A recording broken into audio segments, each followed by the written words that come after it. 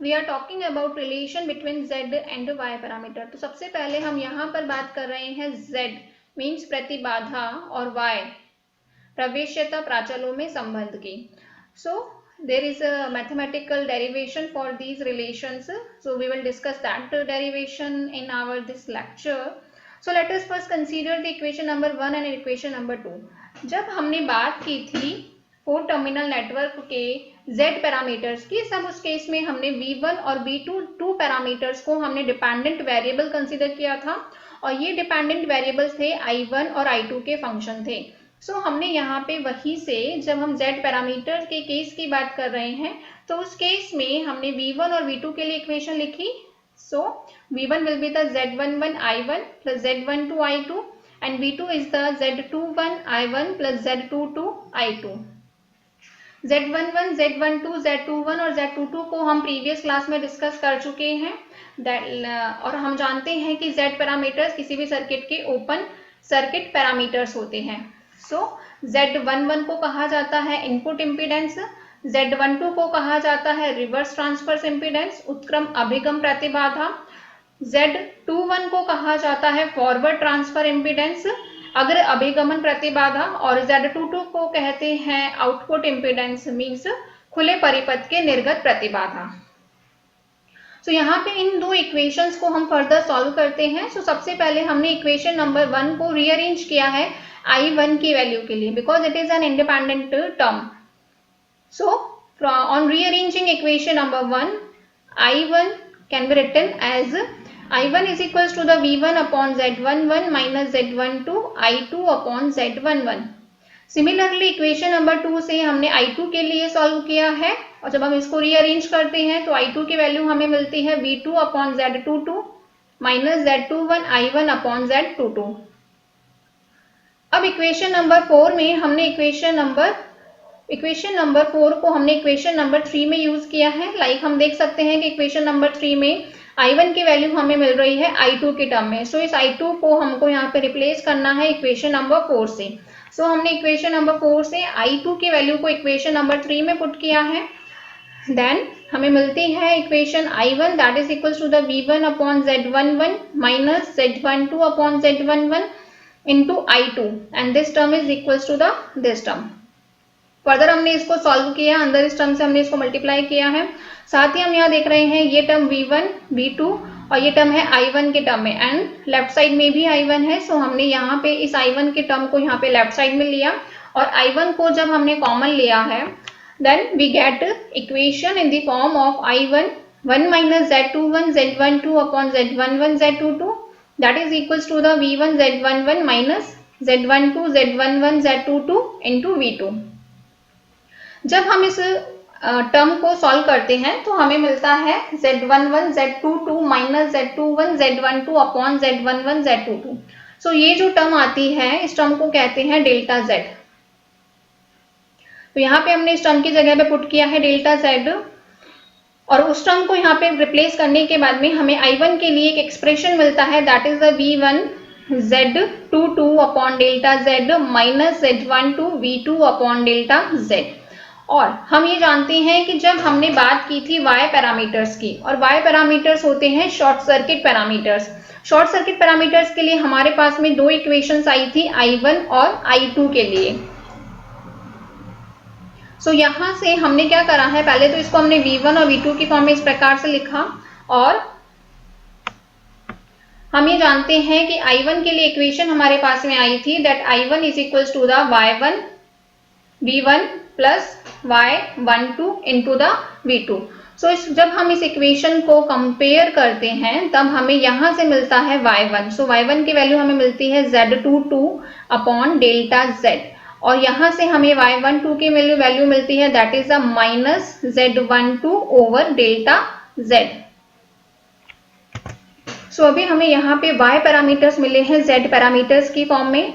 सो यहाँ पे इस इक्वेशन को y पैरामीटर की i1 के इक्वेशन से कंपेयर करने पे हमें मिलता है y1 that is the z22 upon delta z and y12 that is the minus z12 over delta z। इसी प्रकार से हमें अनदर 2 पैरामीटर्स भी फाइंड आउट करने हैं और वो पैरामीटर है y21 और y22। सो अब हम आगे उनको फाइंड आउट करते हैं। देखिए अब क्योंकि इक्वेशन नंबर 4 थी हमारी, यहां से ये जो I2 की वैल्यू है, इस I2 की वैल्यू से हमने यहाँ पे इस एक्सप्रेशन के अंदर I1 की वैल्यू को पुट किया है, और इस I1 की वैल्यू में हमने यहाँ पे ये वाली टर्म यूज में ली है equation number 5। So equation number 5 से I1 की वैल्यू को जब हमने इक्वेशन नंबर 4 में पुट किया है तो हमें एक इक्वेशन मिलती है इस फॉर्मेट में। अब हम यहाँ पे देख सकते हैं कि हमें यहाँ पे टर्म मिल रही है V2 और V1 की टर्म में। सो V2 की टर्म को हमने एक साथ लिखा, V1 की टर्म को हमने अलग से सेपरेट करके लिखा है। जब हमने V2 की टर्म को कॉमन लिया और जब हमने उसका एलसीएम लिया तो हमें I2 मिलता है, that is the V2 delta Z plus Z21 Z12 upon delta Z Z22 minus Z21 V1 upon delta Z। यहाँ से जब हम यहाँ पे डेल्टा Z की वैल्यू पुट करते हैं जो अभी हमने ऊपर डिस्कस की थी, and delta Z is equals to the Z11 Z22 minus Z12 Z21। तो यहाँ से जब हमने इस एक्सप्रेशन में डेल्टा Z की वैल्यू को पुट किया तो सॉल्व करने पर हमें मिलता है I2 that is the V2 Z11 Z22 upon delta Z Z22 minus Z21 V1 upon delta Z। और y पैरामीटर के केस में I2 की इक्वेशन थी y21 into V1 plus y22 into V2। So जब हमने इस इक्वेशन को इस इक्वेशन से कंपेयर किया सो हम देख सकते हैं that I2 is equals to the होता है y21 इंटू V1। सो y21 इंटू V1, सो y21 वाली टर्म ये हो जाएगी, सो y21 हो जाएगा minus Z21 over delta Z plus y22 into V2, सो y22 होगा Z11 over delta Z।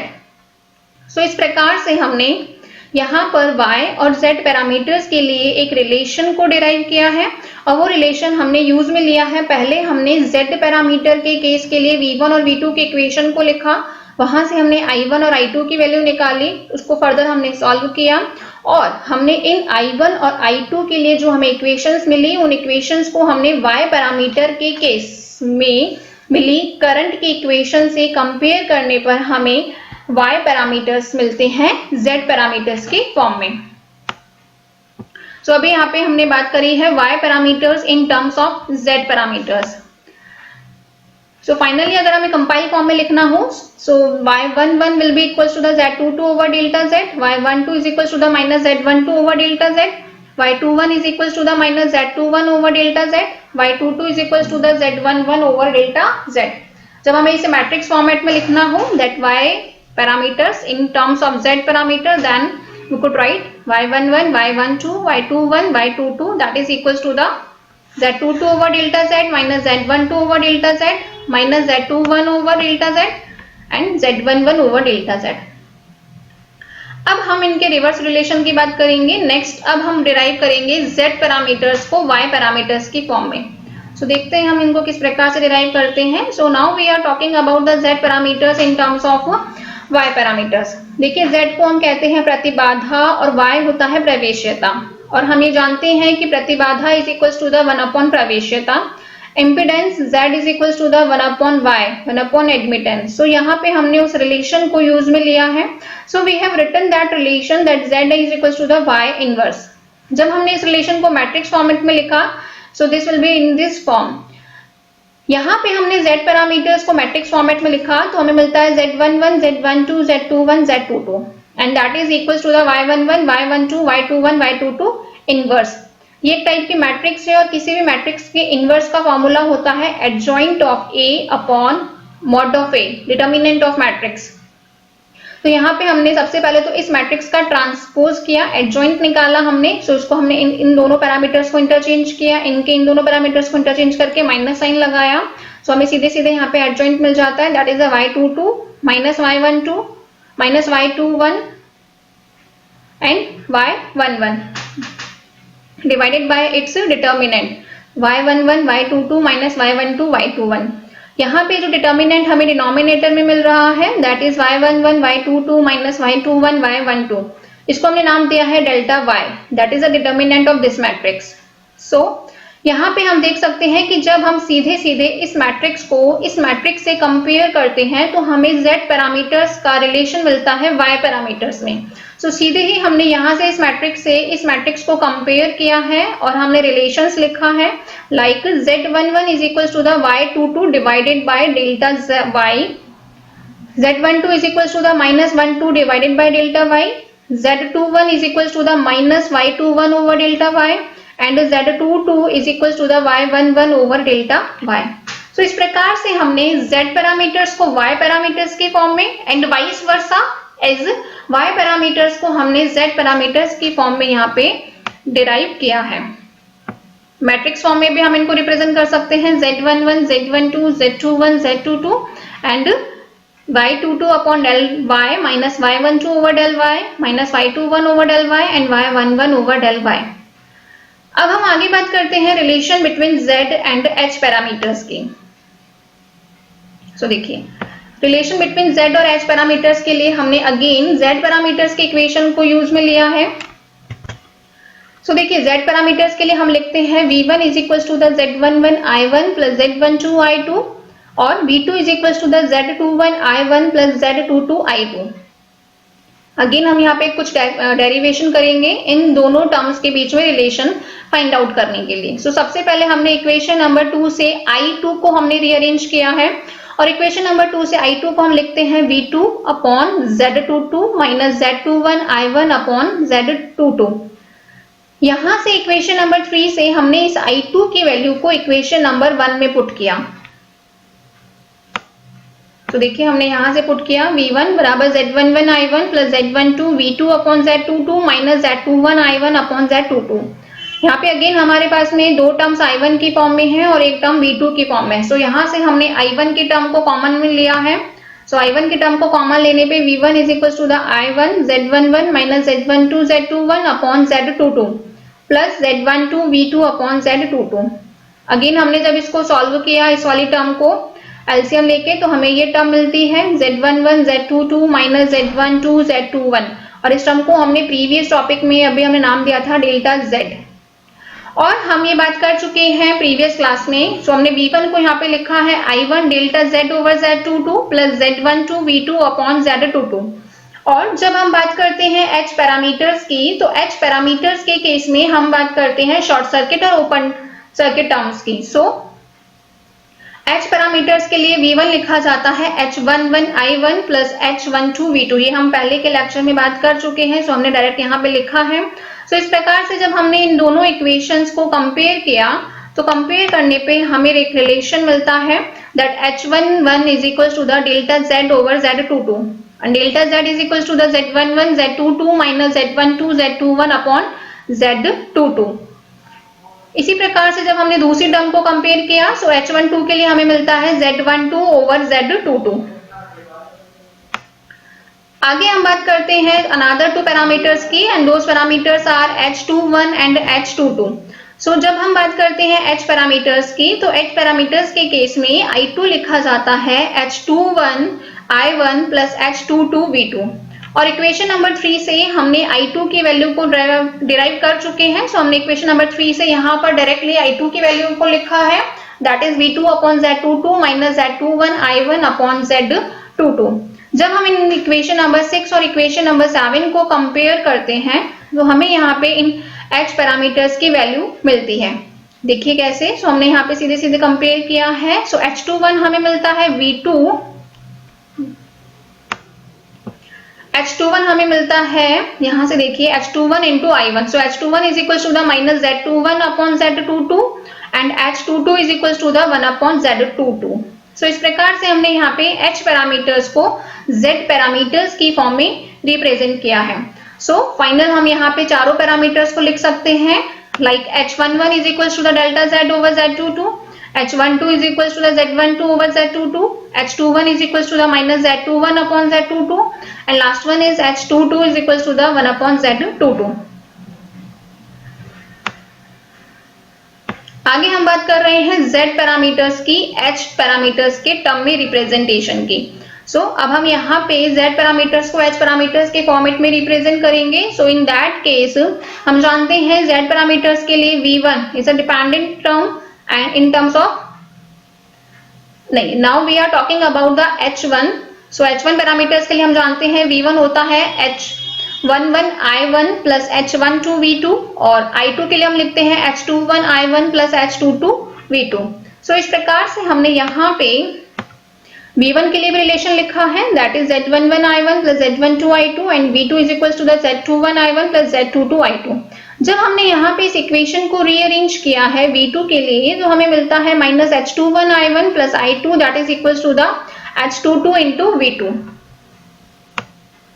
Again जब हमने v2 के लिए इसको सॉल्व किया तो हमें इक्वेशन नंबर 5 मिलती है. सो इस प्रकार से जब हम इस इक्वेशन नंबर 5 से v2 की वैल्यू को इक्वेशन नंबर 1 में पुट करते हैं तो हमें v1 के लिए फाइनल इक्वेशन मिलती है h पैरामीटर्स की फॉर्म में, that is h11 i1 plus h12 minus h21 upon h22 i1 plus 1 upon h22 into i2.